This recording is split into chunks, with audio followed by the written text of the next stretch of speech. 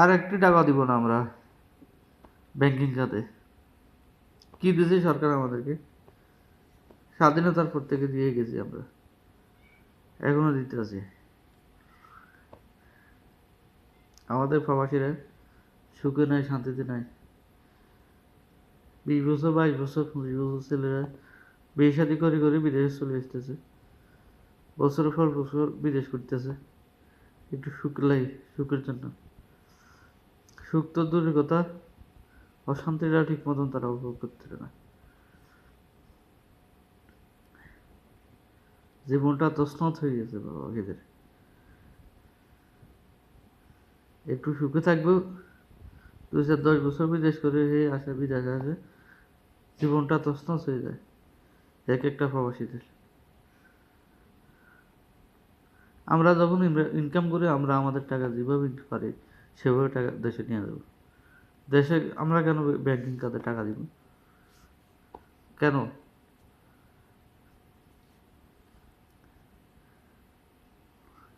কি দিয়েছে সরকার আমাদেরকে? স্বাধীনতার পর থেকে আমরা দিয়েই দিচ্ছি। আমাদের প্রবাসীরা বহুভাবে হেনস্থা হচ্ছে। দেশের পরিবার সুখে নাই, শান্তিতে নাই। বউ চলে যাইতেছে আরেক বেড়ার লগে। সে সুখের জন্য বিদেশে আসছে, তার সুখ সুখ কি জিনিস সে সেটা বুঝতে পারে না বিদেশে আসার পরে। সরকার আমাদের কি দিছে আজ পর্যন্ত? একটা মানুষ বিদেশে মরে গেলে সরকার সরকার নিয়ে যায় না তাদেরকে, নিজ খরচে নিয়ে যায় না, সেই পরিবারগুলোকে দেখে না। সে তাদের বাচ্চা কাচ্চা থাকে, তাদের পরিবারগুলো দেখে না, তারা শেষ পর্যন্ত এতিমখানা গিয়ে পড়তে হয়, পড়াশোনা করতে হবে, খাওয়া দাওয়ার কোনো, তাদের ভবিষ্যতের, তাদের বাচ্চাদের কোনো সিকিউরিটি নাই। বহু প্রবাসী বিদেশে আসে আত্মহত্যা করতেছে, স্ট্রোক করে মারা যাচ্ছে। বিদেশে কষ্ট সহ্য করতে পারতেছে না। 20-25 বছর ছেলেরা বিদেশে চলে আসতেছে পরিবারের বউ মায়া ছাড়ি। একটা মানুষ বিয়ে শাদী করে একটু সুখে শান্তিতে থাকার জন্য, একটু ভালো থাকার জন্য, বললোকে একটু কি যেন যৌবনের আদান প্রদান করার জন্য, কথাবার্তা বলার জন্য, ভালো থাকার জন্য, সে সেইটা চিন্তা না করে চলিতেছে। বিদেশে আসতেছে, চিন্তা করতেছে আচ্ছা ঠিক আছে 10 বছর বিদেশ করে একটু ভালো থাকার জন্য একটু টাকা পয়সা কিছু নিয়ে দেশ চলে যাবো, ভালো থাকবো। আসলে এটা পুরোটাই তাদের দোয়াশা, হতাশার মধ্যে থাকে। বাস্তবতা হচ্ছে তারা 20 বছর 30 বছর বিদেশ করার পরও তাদের অর্থনৈতিক অবস্থা খুবই খারাপ থাকে। শেষ পর্যন্ত মৃত্যুর আগে বুড়ো হয়ে গেছে, বিদেশে দেশে যাবো সেটা পর্যন্ত তারা পারতেছে না। কারণ দেশে যাওয়ার পরে সে যে ইনকাম করছে তার কাছে কোনো টাকা পয়সা থাকে না। যতদিন টাকা ইনকাম করে ততদিন খায়, ঘরদুয়ার বানায় এবং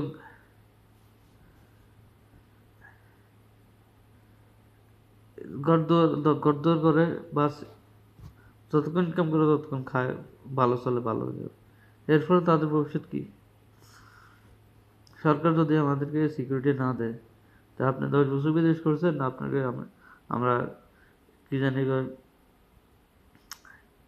দেশে একটা ব্যবস্থা করে দিব, মাসে ভাতার ব্যবস্থা করে দেবো, মাসিক 10,000 টাকা ভাতা দিয়ে দিব, বর্তমান বাজার হিসেবে ভাতা দিব। 20 বছর বিদেশ করছেন না, আপনার ভাতা দিব আমরা। যিনি আজকে বিদেশে আসেন তার পরিবারকেও দেখার দায়িত্ব সরকার নিতে হবে।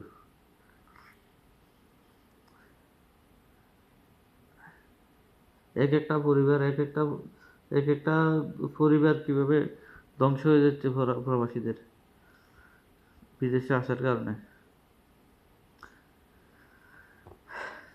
তারা বছরের পর বছর বিদেশে পড়ে থাকে, অর্থনৈতিকভাবে তারা সচ্ছল হতে পারে না। 5 লাখ, 6 লাখ, 10 লাখ টাকা দিয়ে অনেকে বিদেশে আসে। সেই টাকা ঋণ শোধ করতে করতে তো তাদের 4-5 বছর চলে যায়। এরপরে এরপর তারা কীভাবে কী করে, এরপরে পরিবার চালাতে হয়। অনেকের কি জানি সুদের টাকা নিয়ে বিদেশে আসে। কেউ যদি মার খেয়ে যায় তার জীবন তো আরো ধ্বংস হয়ে যায়।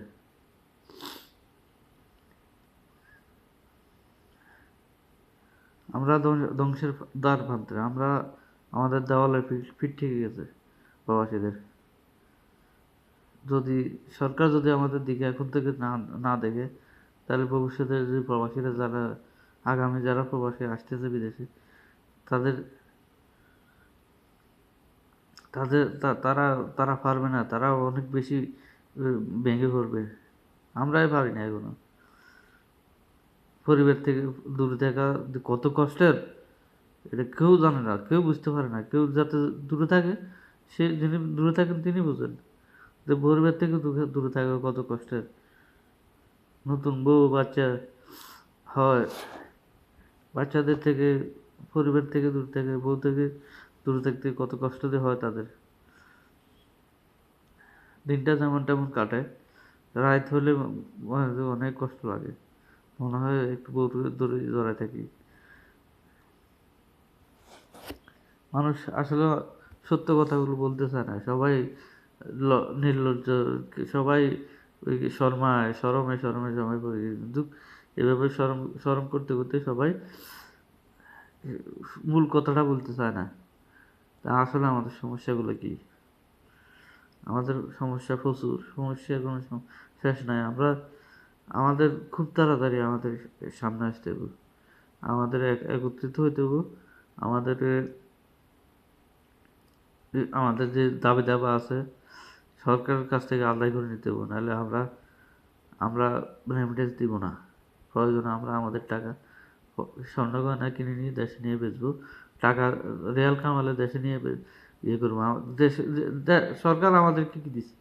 টাকা দিছে, আমাদের বিদেশে আসার জন্য টাকা দিছে। কেন আমরা ব্যাংকে টাকা দিব? কেন আমরা দেশকে টিকে রাখবো? কি দিছে আমাদেরকে? একটা মানুষ মারা গেলে সরকার কি নিজ খরচে দিয়েছে? আমাদের নামে সবার নামে ইন্স্যুরেন্স হয়, যতগুলো মানুষ বিদেশে আসে ইন্স্যুরেন্স হয়।